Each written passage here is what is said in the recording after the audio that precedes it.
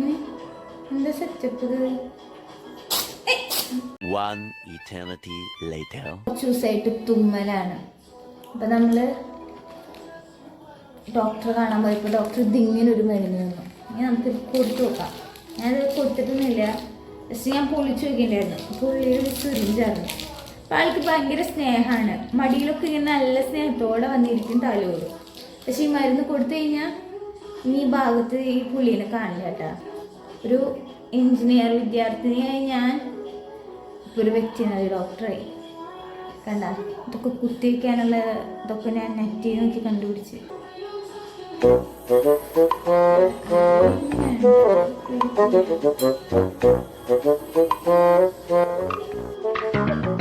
എവിടെയോ എന്തോ ഒരു തകരാറ്.